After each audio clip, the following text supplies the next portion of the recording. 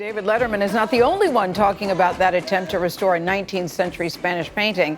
Art experts are cringing at the results, but some other people are applauding the effort. Either way, as Elizabeth Palmer reports, the artwork has become an overnight sensation.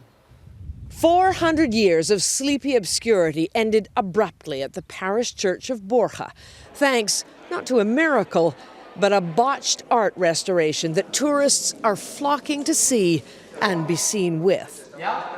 Here's the fresco by the 19th century artist Elias Garcia Martinez before and after the touch-up job by retired parishioner Cecilia Jimenez. I wanted to repair the water damage, she said, and insisted she did have permission from the local priest. It's incredibly funny. I mean, it's a creature without a mouth. The hair is all over the place. Christ has lost his crown of thorns. In fact, if you looked at it, you wouldn't think of Christ at all. You'd think of some extraordinary apparition in a zoo.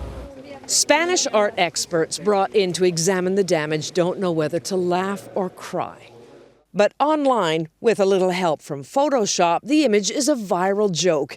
It even has its own Twitter feed. And 20,000 people have signed an online petition for the so-called restoration to stay. They may get their way. I think it's going to take a long, long time to restore, if indeed it can be restored.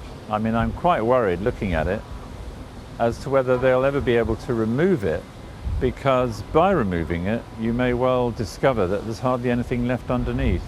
In the little town of Borja, gripped like the rest of Spain by a deep recession, the tourists and visitors are bringing in much-needed business. It's good for the bar and the gas station, says this resident. I hope it carries on for a couple of years.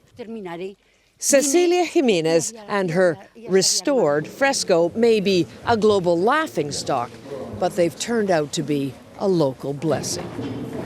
For CBS This Morning, Elizabeth Palmer, London.